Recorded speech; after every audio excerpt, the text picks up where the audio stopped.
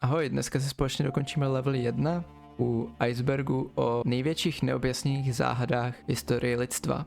Nebudu to vůbec zdržovat, pojďme rovnou na to, užijte si video. Maura Murray.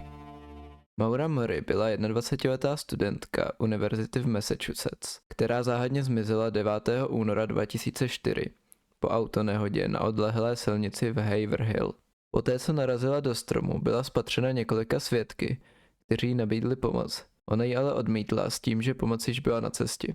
Když dorazila policie, Maura byla pryč a po ní zůstaly jen stopy vedoucí do nedalekého lesa a několik osobních věcí v autě. Její zmizení vyvolalo mnoho spekulací, od útěku přes osobní problémy, které mohly souviset s její sestrou. Ta se jí den předtím svěřila o relapsu ve své závislosti na alkoholu. Další teorie spekulují o únosu nebo dokonce vraždě. Přes rozsáhlé pátrání, včetně nasazení psů a dobrovolníků, a intenzivní vyšetřování se nikdy nepodařilo zjistit, co se s ní stalo. Její případ zůstává jednou z největších nevyřešených záhad moderní doby. La Pistolera. Sharon Kin, známá také jako La Pistolera, byla, nebo možná stále je, americká žena, která byla v 60. letech obviněna z několika vražd ve Spojených státech a Mexiku. Jedna z vražd se týkala jeho manžela a milence. Několikrát byla obviněna, odsouzena a zproštěna viny. Nakonec se jí povedlo utéct z vězení v Mexiku v roce 1969, když tam vypadl proud. Po tomto útěku zmizela bez stopy. Dodnes nikdo neví, kam se poděla. Je možné, že se skrývá někde v Latinské Americe, nebo že změnila identitu a žije běžný život. Xin Zhui Preservation.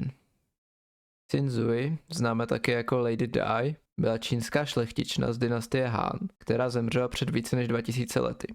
Když byla její hrobka v 70. letech 20. století objevena, vědci byli ohromeni její neuvěřitelně dobře zachovalou mumií. Její kůže byla stále měkká, klouby pohyblivé a její vnitřní orgány neporušené. Dodnes zůstává záhadou, jak starověcí Číňani dokázali mumifikaci, která konkuruje moderním technologiím. No, když se na to tak koukám, tak je to spíš děsivé než ohromující. Ale co já vím. Brian Shaffer. Brian Shaffer byl student medicíny, který zmizel v roce 2006 během noci, kdy byl se svými přáteli pít v jednom baru v Columbusu v Ohio. Od přátel se ale následně odpojil a naposledy byl viděn na kamerách před barem, kde se bavil s 2 neznámými ženami. Nebyly nalezeny žádné stopy po boji, žádné známky násilí. Teorií, co se s ním stalo, je více. Někteří poukazují na jednoho z jeho přátel, který odmítl výslech na detektoru lží. Jiní si myslí, že zmizel a nechal si novou identitu, pod kterou žije dodnes. Někteří dokonce věří, že se stal obětí tzv. Smiley face murders, což je taková teorie, která se odkazuje ke 45 mrtvých mladých mužů, kteří byli nalezeni ve vodách středozápadu USA, kdy údajně u těl těchto obětí byly nalezeny grafity smajlíka. Ale tohle samo o sobě je jenom teorie a je možné, že se ty lidé pouze utopili a že ten smajlík prostě je to docela známý symbol, takže to mohla být náhoda. Amelia Earhart. Amelia Earhart byla průkopnicí mezi piloty. Byla to první ženská letkyně, která sama přeletěla Atlantik. Zasadila se také o spopularizování komerčních letů. Na tomto icebergu je proto, že záhadně zmizela v roce 1937, když se pokoušela obletět zeměkouli. Její zmizení vedlo k mnoha spekulacím a teoriím. Od ztroskotání na neobydleném ostrově, po únos mimozemšťany či zajetí Japonci. Jednou z pravděpodobnějších teorií je to, že nemohli se svým navigátorem najít ostrov Howland, kde potřebovali zastavit pro palivo. A tak zkusili přistát na blízkém ostrově Nikamaroro, což nejspíš nezvládli.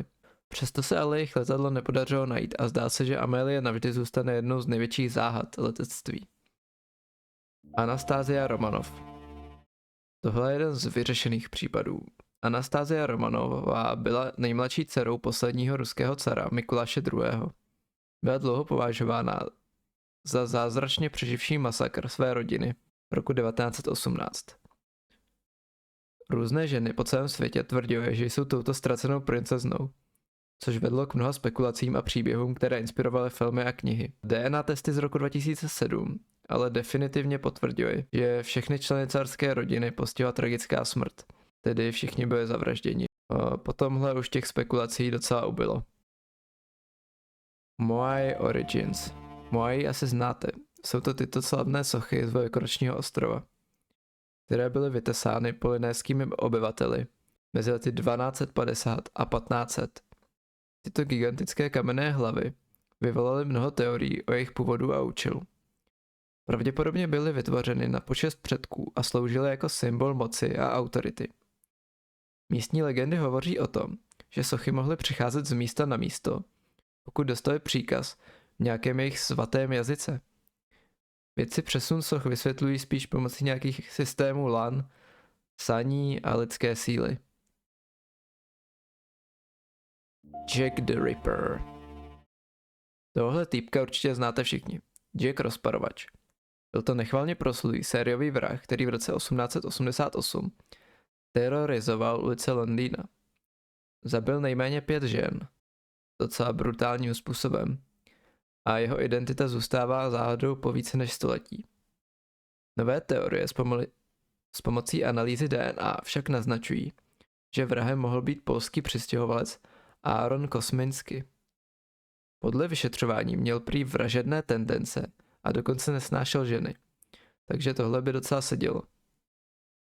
Přesto i tyhle DNA analýzy mají své kritiky a není teda tak úplně jisté, zda tenhle ten Kosminský doopravdy byl tímhle známým masovým vrahem. Golden State Killer.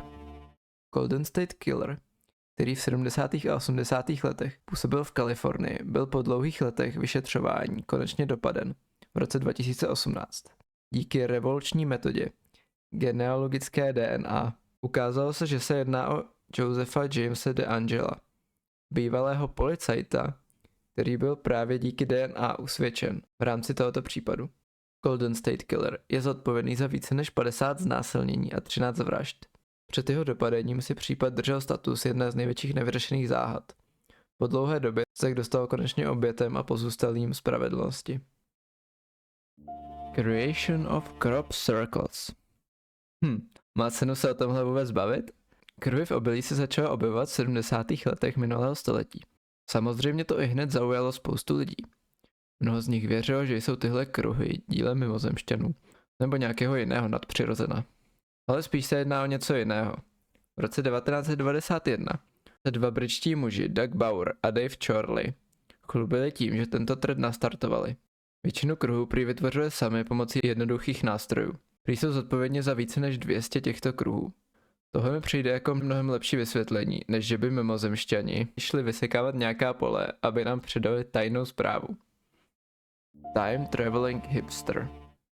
Toto heslo odkazuje na tuhle fotografii z roku 1941, pořízenou při znovu otevření mostu South Fork Bridge v Kanadě. Na první pohled ten muž, nazvaný Time Traveling Hipster, úplně nenosí oblečení, které bychom si asi spojili se 40. lety. Brýle, tričko s potiskem a svetr. Našli se proto lidé, kteří věřili, že se jedná o člověka z naší doby, který cestoval zpět v čase. Bližší zkoumání však ukázalo, že všechny jeho oblečení a doplňky existovaly ve 40. letech, i když nebyly úplně běžné. Takže týpek prostě a jednoduše předběhl svou dobu. Docela stylař. The Great Cornell Pumpkin Mystery. OK, tohle je docela funny. V roce 1997 se na špičce věže McGraw na Cornell University objevila z ničeho nic napíchnutá obří dýně. Podle všeho nikdo nevěděl, jak se tam sakra dostala. Věže jsou vysoké přes 50 metrů a dýně vážila asi 20 kg.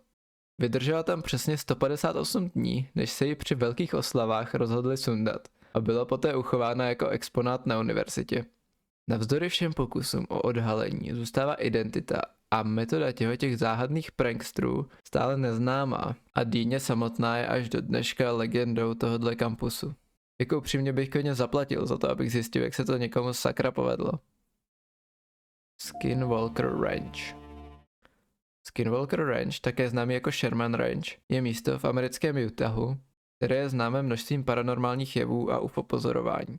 Příběhy sahají od mizejícího dobytka až po záhadná světla a strašidelné stvůry. Někteří věří, že místo je prokleté, nebo že zde probíhají tajné vládní experimenty. Z ranče byla také natočena hromada dokumentů. Bez ohledu na pravdu se Skinwalker Ranch stalo centrem záhad a fascinace, které přetrvávají do dneška. Havana syndrom. Tohle je hodně zajímavý. Havana syndrom je označení pro tajemnou nemoc, kterou popisují američtí a kanadští diplomati či agenti při příchodu do různých cizích zemí. Poprvé se o tomto někdo zmínil roku 2016 v Havaně. Tito lidé popisují, že slyšeli hlasitý zvuk a následně jim začaly různé chronické problémy, jako bolesti hlavy, nevolnost, ztráta sluchu či nespavost. Americké tajné služby nedokázaly identifikovat, o co se jedná, ale byly zde obavy z možného útoku sonickými zbraněmi nebo mikrovlnným zářením. V roce 2022 proběhl v CIA rozsáhlý výzkum, jehož výsledkem bylo, že zásah nějakých útočníků z cizích zemí je v tomto případě velmi nepravděpodobný. Jako možné vysvětlení této záhadné nemoci uvádějí nějakou formu masové hysterie či nezvyklé přírodní podmínky. Ale jasný důvod toho, proč by se to dělo zrovna Američanům a zrovna diplomatům, mi tady teda uniká. Villisca X Murders. Vraždy Villisca se odehrály v noci na 10. června 1912, kdy bylo v malém americkém městě Villisca brutálně zavražděno 8 lidí, přímo v jejich domě. Pachatel nebo pachatelé použili sekery k zabití 6 členů rodiny Moorových a jejich 2 hostů.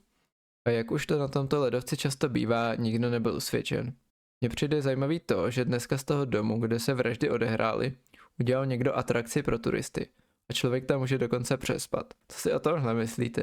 Není nemorální vydělávat na takové tragédii? Na druhou stranu je fakt, že je to už hodně dávno. Yogurt Shop Murders. Další nevyřešená vražda, v tomhle případě byly oběťmi 4 mladé dívky. Vraždění se odehrálo 6. prosince 1991 po 11. večer v obchodě s jogurtem v Texasu. Dívky byly nalezeny svázané a zastřelené v hořícím obchodě. Opět zde proběhlo několik zatčení, ale nikdo nebyl usvědčen. No, nevím, co k tomu říct, to je prostě humus. Exploring with Josh, Cave Girl. Exploring with Josh je populární YouTube kanál zaměřený na urbex, tedy průzkum opuštěných míst. V jednom z jeho videí najdou při průzkumu jeskyně opuštěnou holčičku ve tmě. Holčička byla u jeskyně se svými rodiči, dost možná jim utekla, když viděla Joshe a jeho partu jít do jeskyně. Jenže u sebe neměla baterku a tak se tam ztratila. Je ale taky možné, že to všechno bylo staged a že se s ní Josh předem domluvil. I přesto, že ve videu holčička prý neumí mluvit anglicky. Olof Palmes Murder. Olof Palme byl švédský premiér, který byl zavražděn v roce 1986 při cestě domů z kina. Jeho vražda šokovala Švédsko a vedla k jednomu z největších a nejdelších vyšetřování v historii této země. Navzdory mnoha teoriím a zatčením se vrah nikdy nenašel. V roce 2020 švédská policie označila za hlavního podezřelého Stigga Engströma, známého také jako Skandiamen. Ale případ byl uzavřen, protože Engström byl tou dobou dávno po smrti. Spáchal totiž sebevraždu v roce 2000. Docela příhodné označit za vraha někoho, kdo je 20 let po smrti. Ale co já vím. Croydon Cat Killer. Croydon Cat Killer byl neznámý pachatel, který v Londýně a jeho okolí údajně zabil víc než 400 koček a jiných zvířat od roku 2014. Těla koček byla nalezena s charakteristickými zraněními, která naznačovala úmyslné týrání a zabití. Tento sériový vrah zvířat vyvolal paniku mezi majiteli domácích mazlíčků a přitáhl značnou pozornost médií. Ačkoliv policie dlouho pátrala po viníkovi, v roce 2018 uzavřela případ s tím, že za úmrtí koček mohou pravděpodobně přirození predátoři a autonehody.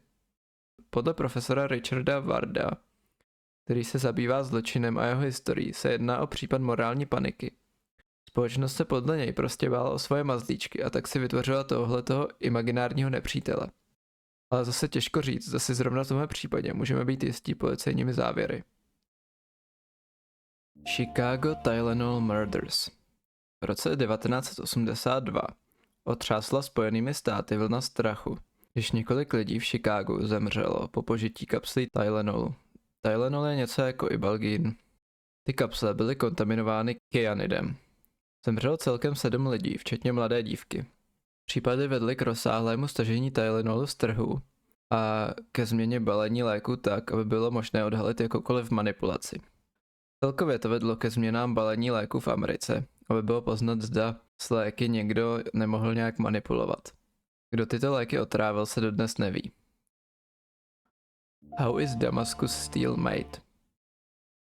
To je dobrá otázka.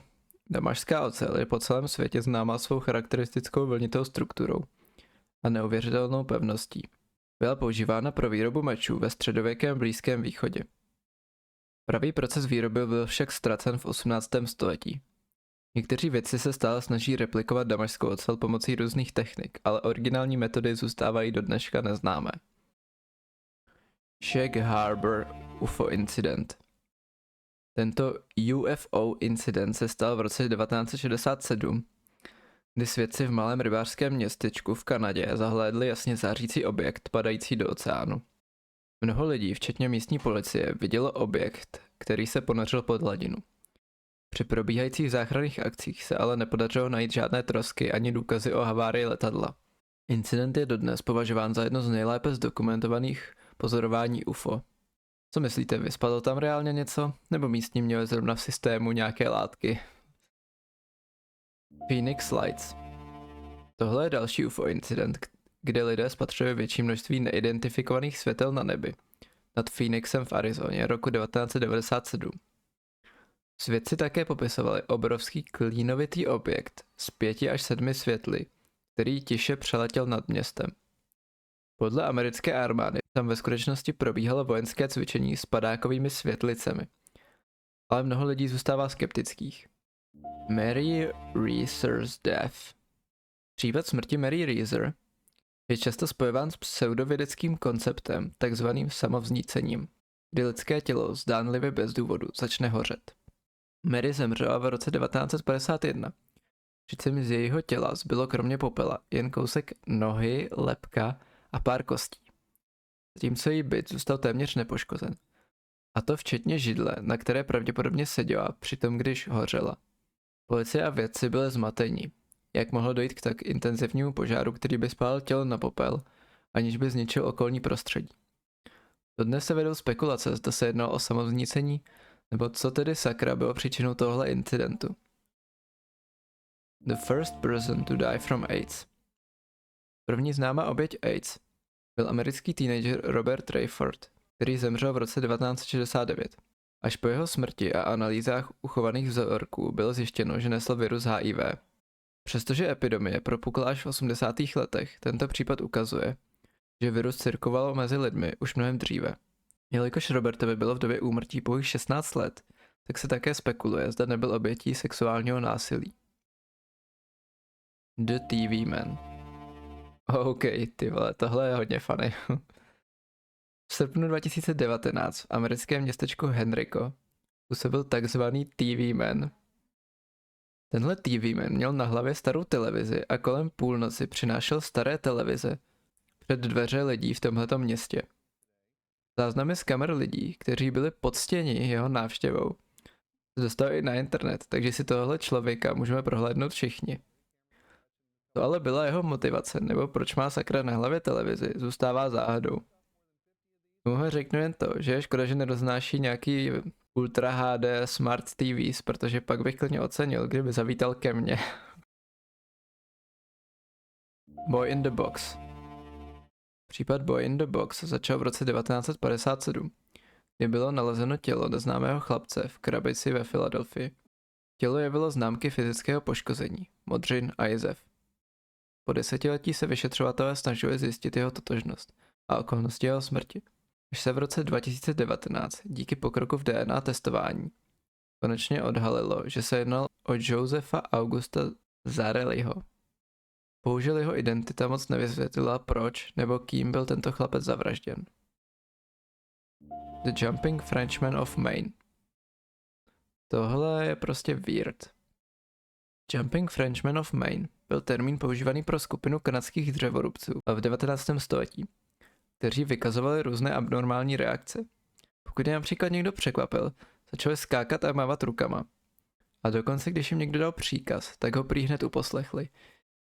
Dnes se má za to, že nejspíš trpěli nějakou neurotickou poruchou. Možná něco podobného Tourettovu syndromu, ale těžko říci.